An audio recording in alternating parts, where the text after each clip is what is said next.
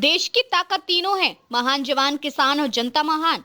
घुसपैठ के मुद्दे पर भाजपा पर टीएमसी का तीखा हमला। बोली, सीमा सुरक्षा की नाकामी छिपाने के लिए बंगाल को बनाया जा रहा है निशाना। केंद्रीय गृह मंत्री अमित शाह के पश्चिम बंगाल दौरे के बीच तृणमूल कांग्रेस, टीएमसी और भाजपा के बीच घुसपैठ के मुद्दे पर सियासी टकराव और तेज हो गया है। सत्तारूढ़ टीएमसी ने शनिवार को भाजपा पर करारा पलटवार करते हुए आरोप लगाया कि केंद्र सरकार देश की सीमाओं की सुरक्षा में अपनी गंभीर विफलताओं को छिपाने के लिए बार बार घुसपैठिया शब्द का राजनीतिक इस्तेमाल कर रही है। टीएमसी ने भाजपा के बयानों को घिसा-पिटा और तथ्यहीन बताते हुए कहा कि पिछले कई वर्षों से केंद्र में सत्ता में रहने के बावजूद भाजपा घुसपैठ जैसे संवेदनशील मुद्दे पर ठोस जवाब देने में नाकाम रही है। पार्टी का कहना है कि जब सीमा सुरक्षा की पूरी जिम्मेदारी केंद्र सरकार और केंद्रीय गृह मंत्रालय के अधीन आने वाले बलों के पास है, तो फिर हर बार राज्य सरकार को कटघरे में खड़ा करना सरासर गलत और भ्रामक है।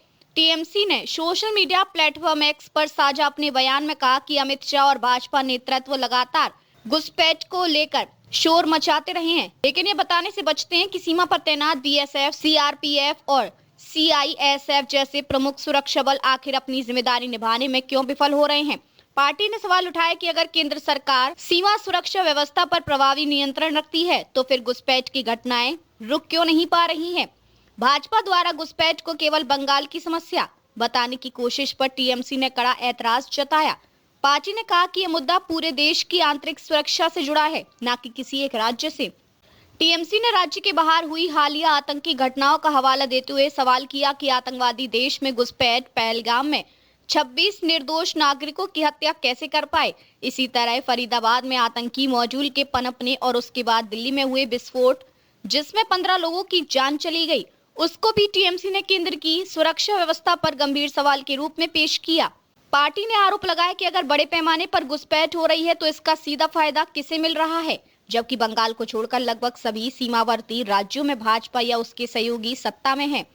टीएमसी ने यह भी इंगित किया कि इन राज्यों में एसआईआर, स्पेशल इंटेंसिव रिवीजन जैसी प्रक्रियाओं का संचालन भी नहीं किया जा रहा, फिर भी भाजपा सिर्फ बंगाल को ही निशाने पर क्यों रख रही है।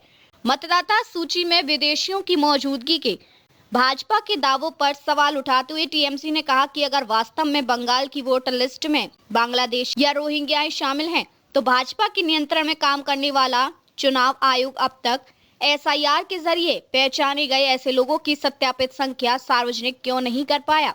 पार्टी के अनुसार आंकड़े सामने न लाना इस बात का संकेत है कि घुसपैठ का मुद्दा वास्तविक सुरक्षा चिंता से ज्यादा राजनीतिक लाभ के लिए उछाला जा रहा है। टीएमसी ने केंद्र सरकार से मांग की है कि वे आरोप प्रत्यारोप की राजनीति छोड़कर देश की सीमाओं की सुरक्षा को लेकर अपनी जिम्मेदारी स्वीकार करें और घुसपैठ व आतंकवाद जैसे गंभीर मुद्दों पर पारदर्शिता और जवाबदेही के साथ कार्रवाई करें। पार्टी ने दो टूक कहा कि बंगाल को बदनाम करने से देश की सुरक्षा मजबूत नहीं होगी, बल्कि सच्चाई स्वीकार कर ठोस कदम उठाने से ही समस्या का समाधान संभव है। देखते रहिए changing future TV. Like, share और सब्सक्राइब करना ना भूलें। देश, दुनिया और भविष्य की सबसे बड़ी खबरों के लिए।